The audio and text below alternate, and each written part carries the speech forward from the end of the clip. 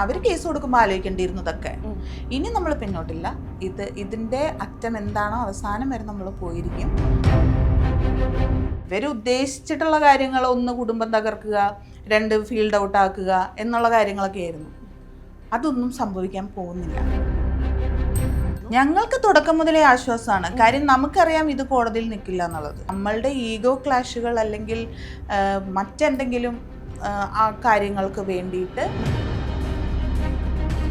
ഇത് ഇവരൊരു സ്ഥിരം പരിപാടിയാക്കിയിരിക്കുന്ന ഒരു സാധനമാണ്.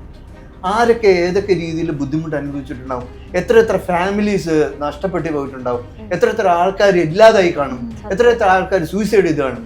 ഇവരാരെയൊക്കെ എങ്ങനെയൊക്കെയാണ് മാനസികമായിട്ടും ഇവരാരെയൊക്കെയാണ് ശാരീരികമായിട്ട് ബുദ്ധിമുട്ടിപ്പിച്ചിട്ടുള്ളത് എന്നുള്ള രീതിയിലുള്ള സംഭവങ്ങളൊക്കെ പുറത്തു വരും.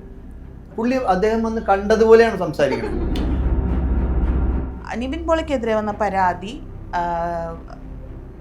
അവർ പറയുന്ന ആ പശ്ചാത്തലത്തിൽ നിവിൻ പോളി അന്നില്ല, ആ സ്ഥലത്തേ ഇല്ല. അദ്ദേഹം അന്ന് ഇവിടെ ഷൂട്ടിലാണ്. ആ ഷൂട്ടിംഗ് ക്രൂ മൊത്തം സാക്ഷിയാണ്.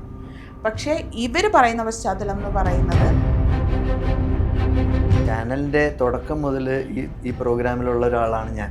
പ്രോഗ്രാം നിന്ന് പോരുന്നെന്ന് ആഗ്രഹം ഉള്ളത് കൊണ്ടാണ്, വേറെ ഒന്നുമല്ല. ചില പ്രോഗ്രാമിന് ചില ലൈഫുണ്ട്, അതുവരെ പോകുള്ളൂ.